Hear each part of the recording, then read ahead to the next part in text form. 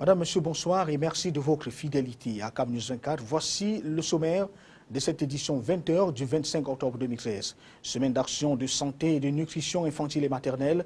La deuxième phase de la SASNIM est lancée depuis ce 25 octobre 2013 sur l'ensemble du territoire national. Le geste de premier degré a été posé par le ministre André Mamafouda. Il est en charge de la santé publique et c'était depuis la région de l'Est Cameroun.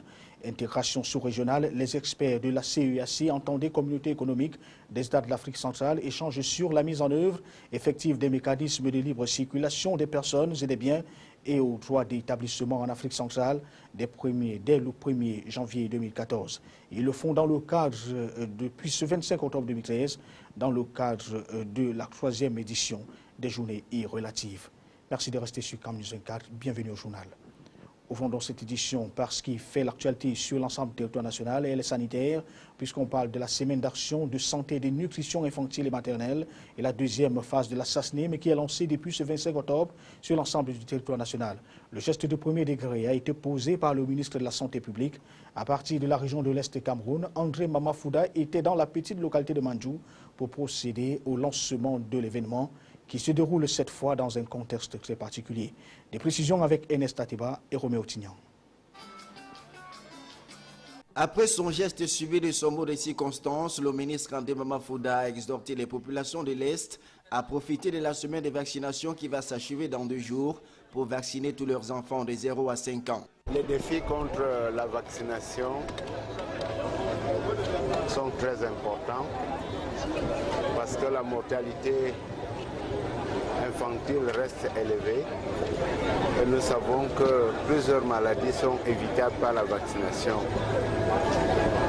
Le gouvernement du Cameroun, avec l'appui de ses partenaires, non seulement organise chaque semaine dans les centres de santé des campagnes de vaccination gratuites, mais nous nous rendons compte que les parents n'amènent pas toujours leurs enfants à bonne date.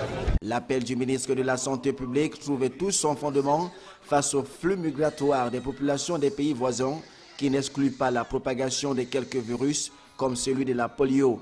C'est d'ailleurs pour pallier à tous ces risques que les enfants de 0 à 5 ans ont reçu le vaccin contre cette maladie invalidante et un supplément de vitamine A, alors que les mères d'enfants à marge de la vitamine A ont reçu un vaccin antitétanique et un traitement préventif intermittent contre le paludisme.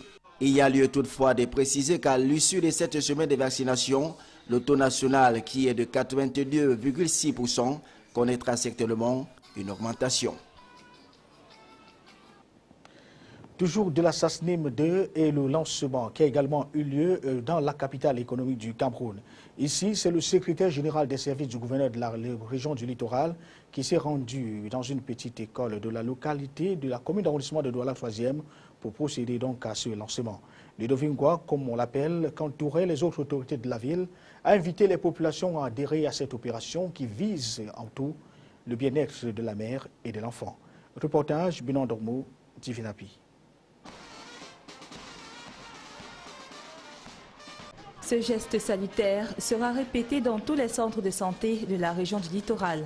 Chaque enfant âgé de 0 à 59 mois bénéficie de 2 gouttes de vaccin contre la poliomyélite, d'une capsule de vitamine A et d'un comprimé de mébendazole. La femme enceinte d'environ 5 mois, quant à elle, reçoit 3 comprimés de sulfadoxine, pyrimétamine et une moustiquaire imprégnée à longue durée d'action pour prévenir le paludisme. Lorsqu'une femme est enceinte, pour éviter le paludisme, qui est une maladie qui nuit gravement à la santé de la femme enceinte, y compris de son bébé, on doit périodiquement lui donner un traitement contre le paludisme pour éviter qu'elle fasse le paludisme, qui est une maladie grave en cas de grossesse. Le lieu choisi pour cette opération est une école primaire située à Nilan-Brazzaville, quartier périphérique de la ville de Douala, où l'hygiène est précaire, par conséquent propice aux maladies. Ces interventions qui sont gratuites, j'ai oublié de le signaler, qui sont gratuites, qui ne demandent aucun sou, c'est-à-dire c'est 0 francs. Et à l'adresse des populations elles-mêmes, c'est d'aller très rapidement le faire. C'est une occasion que l'État met à leur disposition, c'est les moyens que l'État met à leur disposition pour qu'ils évitent de tomber malade et de se présenter dans les hôpitaux, parfois à des moments inattendus. La semaine d'action de santé et de nutrition infantile et maternelle SESNIM 2, couplée aux journées nationales de vaccination contre la poliomyélite, va du 25 au 27 octobre sur tout le triangle national. À cette occasion, le secrétaire général des services du gouverneur de la région du littoral a réitéré aux populations l'esprit d'hygiène afin de lutter efficacement contre le choléra, autre pandémie qui décime l'espèce humaine. Parlons cette fois de l'intégration sous-régionale avec les experts de la communauté économique des États de l'Afrique centrale qui échangent sur la mise en œuvre effective des mécanismes de libre circulation des personnes et des biens et aux droits d'établissement en Afrique centrale dès le 1er janvier 2014. Ils le font depuis ce 25 octobre 2013 à Douala dans le cadre de la 3e édition des journées relatives. En outre, les assises de la capitale économique camerounaise devraient permettre de voir plus clair sur la possibilité d'élargissement de l'application de l'acte constitutionnel aux pays autres que ceux de la CEMAC. Les précisions avec Josué Ngungan et Donald Anozoa. L'objectif général de la présente édition est de réunir les principaux acteurs de l'intégration régionale pour débattre de la problématique de la libre circulation des personnes et du droit d'établissement en Afrique centrale afin de proposer des solutions pour accélérer l'application des textes communautaires. Nous nous sommes réunis ici aujourd'hui dans le cadre des journées de l'intégration pour essayer de voir dans quelle mesure on pourrait élargir les mesures de cet acte additionnel aux pays de la CAC, c'est-à-dire les 4 pays membres de la CAC qui ne font pas partie des pays de la CEMAC. Je vais les citer, l'Angola, le Burundi, Sao Tomé et Principe et la RDC. Il est donc question pour nous maintenant de voir avec ces pays dans quelle mesure on pourrait élargir les mesures de l'acte additionnel de la CEMAC à la CAC. Il est dès lors attendu de cette 3e édition des journées de l'intégration en Afrique centrale un large débat et des échanges fructueux entre les différents acteurs, à savoir les administrations publiques, le secteur privé et la société civile. L'urgence se veut des plus pressantes avec l'entrée en vigueur, dès le 1er janvier 2014, de la libre circulation des personnes et des biens en Afrique centrale. Le sujet n'était certainement pas à l'ordre du jour, mais il valait la peine d'être évoqué. Et en marge donc de cette 3e édition des journées de l'intégration, le représentant de la République centrafricaine à ses assises a fait une lecture succincte des récents événements enregistrés dans ce pays de la CEMAC. L'honorable Thierry Patrick Okoloza du Conseil national de transition est au micro de CAMNEWS 24. La situation aujourd'hui en République centrafricaine n'est pas celle-là qu'il y a 4 mois. Il y a une certaine évolution, il y a une certaine accalmie. Depuis le 24 mars, pendant 5 mois durant, les Centrafricains vivaient dans une terreur avec ce que vous avez écouté en tant que journaliste, des séries de pillages, des tueries, des braquages, des viols. Mais aujourd'hui, avec les efforts des autorités centrafricaines et de nos partenaires, les efforts des pays de la CEMAC et de la CAC, c'est l'occasion aussi de les remercier pour leurs efforts auprès de la République centrafricaine. Les choses commencent à se normaliser. Dans la capitale centrafricaine aujourd'hui, on peut dire que la sécurité est revenue à 80%. C'est dans l'arrêt-péri que des efforts restent à faire. Et vous êtes sans ignorer que le dernier sommet où le Premier ministre centrafricain a pris part aux États-Unis, la France et certains de nos partenaires ont pris des recommandations fortes pour qu'il y ait un appui dans le dispositif sécuritaire en République centrafricaine avec la MISCA et avec la FOMAC qui, depuis les débuts des événements, est en train de faire un travail formidable à Bangui. Des désarmements forcés sont en train d'être faits pour désarmer et cantonner les ex-rebelles de la Séléka. Parlons cette fois de l'aménagement du territoire, avec le faible taux d'exécution du budget d'investissement public de 2013 qui préoccupe les populations de la région du Sud. Ce constat s'est dégagé au cours des assises du 3e comité régional de suivi participatif qui ont eu pour cadre la salle de conférence de la délégation régionale du ministère de l'économie de la planification de cette région. La vice-présidente Émilienne Ballet, qui a présidé les dites assises, a recommandé plus de collaboration entre les acteurs de la chaîne des marchés publics afin de relever les défis de célérité, de qualité et de quantité qui s'imposent à ce secteur. Reportage, lui de Gonzanga Kanchmanda, Éric Ticho pour le récit. Selon des chiffres présentés au cours de cette rencontre, le taux d'exécution du BIP 2013 dans la région du Sud tourne autour de 31% seulement à moins d'un mois de la fin des engagements budgétaires. Dans ce qui est considéré comme une sous-moyenne, l'Océan qui mène le peloton se situe à 43%, suivi de l'Anvila 41% et de la vallée du Thème 30%. Le Dja et Lobo, quant à lui, ferme la queue avec seulement 12% de taux de réalisation. Selon les membres du comité de suivi, plusieurs raisons sous-tendent cette faible consommation du budget.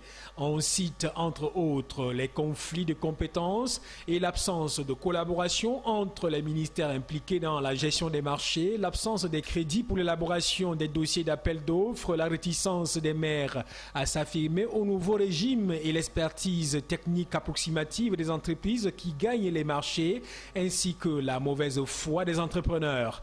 Certains d'entre eux sont d'ailleurs épinglés pour des malfaçons diverses et des contrats sont en train d'être résiliés avec d'autres. Dans ce sillage, le chantier de construction de la clôture du centre linguistique de Bolova ainsi que celui de la plateforme sportive des CAC et Satolo sont en train d'être repris. En vue d'avancer dans l'exécution des projets alloués à la région, le comité souhaite la prolongation du délai des engagements budgétaires de plusieurs mois, mais également la mise en route d'une approche concertée entre tous les différents secteurs. Et puisque nous sommes dans la région du Sud, restons-y pour faire un tour à présent sur le marché de la consommation avec les autorités de ces parties du pays qui veulent voir plus clair sur la qualité des produits alimentaires vendus dans les lieux de commerce de la ville de Bolova. Le délégué départemental du ministère du Commerce de l'Anvila vient d'ailleurs de faire une descente très musclée sur le marché. C'était dans le but de constater de nombreuses irrégularités sur les pâtes alimentaires servies aux clients afin de procéder à des saisines.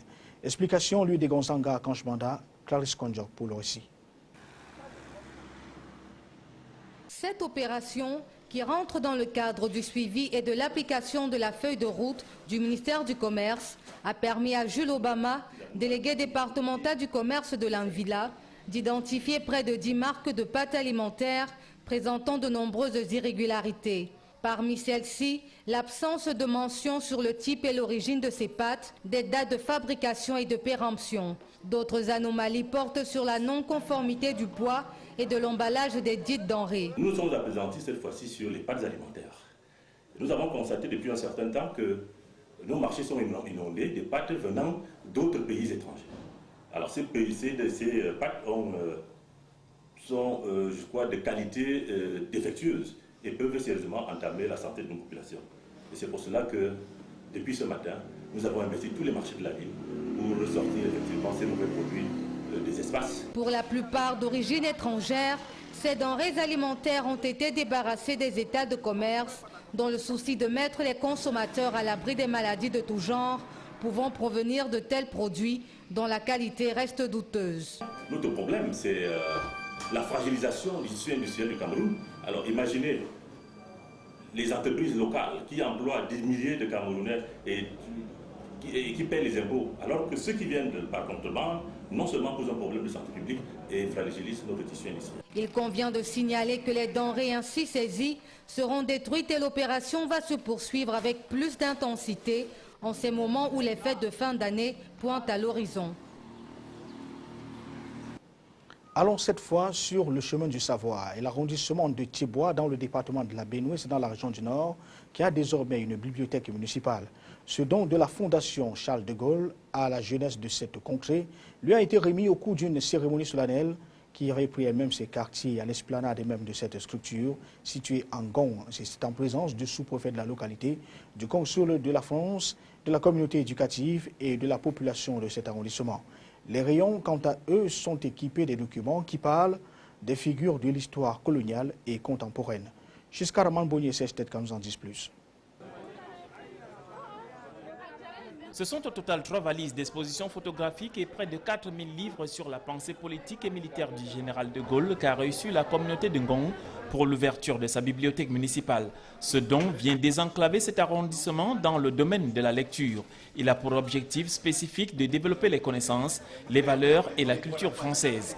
En présidant la cérémonie, Begouin Thiehoun Foreman, le sous-préfet de Thieboua, a encouragé ses populations à beaucoup lire pour acquérir des connaissances. La journée du 24 octobre restera donc gravée dans les annales de l'histoire de cette municipalité. Le maire sortant pour sa part, Amadou Bakoura, dans ses derniers propos, a profité de cette occasion pour révéler à la population l'intérêt même d'être nanti de connaissances. De nos jours, une bibliothèque est un carrefour de toute l'humanité. Pour témoigner sa gratitude et sa solidarité, le maire sortant a offert un ordinateur à la bibliothèque pour permettre aux usagers de s'imprégner de l'outil informatique. C'est une bibliothèque pour une ville comme la nôtre, comme la ville de Ngong, n'est point à démontrer. La ville de Ngong déjà regorge 4 établissements d'enseignement secondaire et 2 établissements d'enseignement professionnel. Donc il va dans sans dire que les élèves et le corps enseignant auront besoin de se cultiver. La bibliothèque qui arrive à ce moment est saluée par le sous-préfet qui rassure les bienfaiteurs par le biais de Pierre Barbier, le consul de France, du bon usage de cette offre intellectuelle. Pour le chef de TR, cette bibliothèque est un haut lieu de culture et un endroit par excellence de lecture pour toute la population de la localité et même de ses environs. La joie des élèves du lycée de Ngong était donc remarquable, eux qui sont parmi les premiers utilisateurs de la bibliothèque si gracieusement offerte. Parlons hygiène et propriété au bas de cette page nationale et les tout-petits des écoles publiques primaires du Nord qui s'engagent à toujours laver leurs mains à l'eau et au savon. C'était à l'occasion de la journée mondiale de lavage des mains célébrée en présence du gouverneur de la région de cette partie du pays, de la région du Nord, Joseph Otto-Wilson, qui a donc expliqué par des gestes concrets la conduite à tenir pour éviter les maladies de la saleté. On a cité entre autres la lutte efficace contre les diarrhées et réduire surtout le taux de mortalité infantile de 2/3 d'ici l'an 2015 comme prévu dans les objectifs du millénaire pour le développement. Pour des précisions, retrouvons une fois de plus Giscard Raman Bonnier avec cette fois Pitou Akoum. Nous ne mangerons plus sans se laver les mains pour ne pas attraper les maladies. C'est sous ce refrain que les tout-petits des écoles primaires de Garoua ont assisté à la journée consacrée au lavage des mains. Une initiative conjointe des ministères de l'eau et de l'énergie et de l'éducation de base dans le but de développer en ces enfants le réflexe du respect des mesures élémentaires d'hygiène pour éviter les maladies hydriques telles le choléra, la bilharziose et autres. La cérémonie de ce 25 octobre 2013, pleine de sens, était présidée par le gouverneur de la région du Nord, Joseph Otto-Wilson.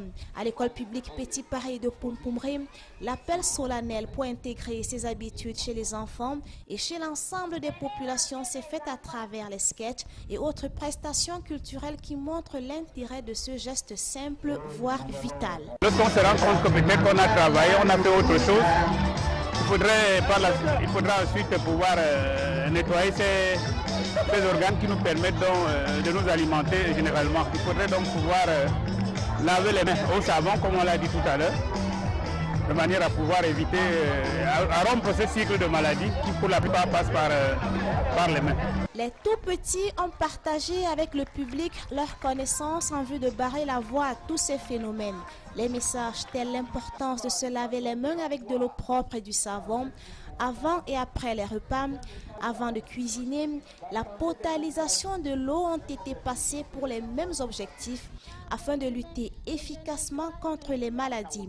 À titre de rappel, le thème retenu en cette année 2013 est le pouvoir est entre tes mains. Il interpelle tout le monde à appliquer les règles d'hygiène pour donner une chance à la majorité des enfants de fêter leur 6e anniversaire. Bien, et la leçon, on l'espère, a été retenue, même par les non-petits. À l'étranger, dans cette édition d'information, on est dans le domaine de la défense avec le ministre français en charge du domaine, Jean-Yves Le Drian, qui débloque 30 millions d'euros pour les bases militaires. À Madagascar, des incidents au premier tour de l'élection présidentielle, un représentant de l'État a été tué. Le résumé de l'actualité internationale, c'est avec la rédaction de C24. 30 millions d'euros pour les bases militaires françaises, un plan d'urgence aux allures du ballon d'oxygène, décide le ministre français de la Défense Jean-Yves Le Drian. Un plan à effet immédiat, équipement, réfection des locaux se font avec des dépenses concrètes. Un premier tour de la présidentielle sous haute tension à Madagascar, alors que le pays est plongé depuis plus de 4 ans dans une grave crise politique, économique et sociale. Plusieurs incidents ont émaillé le scrutin, le plus grave d'entre eux, l'assassinat d'un représentant de l'État. L'actuel président de la transition, Rajoelina, ne peut se présenter. Il n'a officiellement pas de favori parmi les 33 candidats. Une nouvelle ère politique s'ouvre au Luxembourg. Exit Jean-Claude Juncker à la tête du gouvernement depuis près de 19 ans. Le nouvel homme fort du Grand-Duchesse s'appelle Xavier Bettel. Le libéral est chargé de former le prochain gouvernement de coalition avec les socialistes et les Verts. Une tâche qui devrait se faire pendant plusieurs semaines. Les vrais parents de l'ange blanc, ce sont eux. L'ADN a parlé. Ces Roms de Bulgarie sont le père et la mère biologique de la fillette, découverte dans un camp Rom du centre de la Grèce. L'enfant, dont la photo a fait le tour du monde, devrait être placé dans un centre social en Bulgarie, puis chez une famille d'accueil. Sa mère a affirmé donner la petite Mariam parce qu'elle n'avait pas de quoi la nourrir. La nouvelle arme anti-braquage n'a ni crosse ni chargeur. Il s'agit d'un traceur chimique incolore et inodore. Il asperge les malfrats d'un liquide uniquement visible avec une lampe à rayons ultraviolets. Ce centre commercial de région parisienne vient de l'adopter avec une mission, la dissuasion. En Grande-Bretagne, on l'utilise depuis 10 ans. Le traceur aurait permis une baisse de 90% des attaques dans les commerces équipés. Bien, à retenir de cette édition d'information, semaine d'action de santé, de nutrition infantile et maternelle, la deuxième phase de la SASNIM est lancée depuis ce 25 octobre 2013 sur l'étendue du territoire national. Le geste de premier degré a été posé par le ministre André Mamafouda. Ces derniers se rendus dans la région de l'Est et plus précisément dans la petite localité de Mandjou. Intégration sous-régionale et les experts de la communauté économique des États de l'Afrique centrale qui échangent eux aussi sur la mise en œuvre effective des mécanismes de libre circulation des personnes et des biens et au droit d'établissement en Afrique centrale dès le 1er janvier 2014. Et ils le font dans le cadre des assises de la 3e édition et relative et qui ont démarré depuis ce 25 octobre 2013 à Douala, c'est dans la capitale économique du Cameroun. L'information est en continu sur Cameroun 24. Nous souhaitons de passer des bons moments en compagnie de nos programmes. Bon week-end.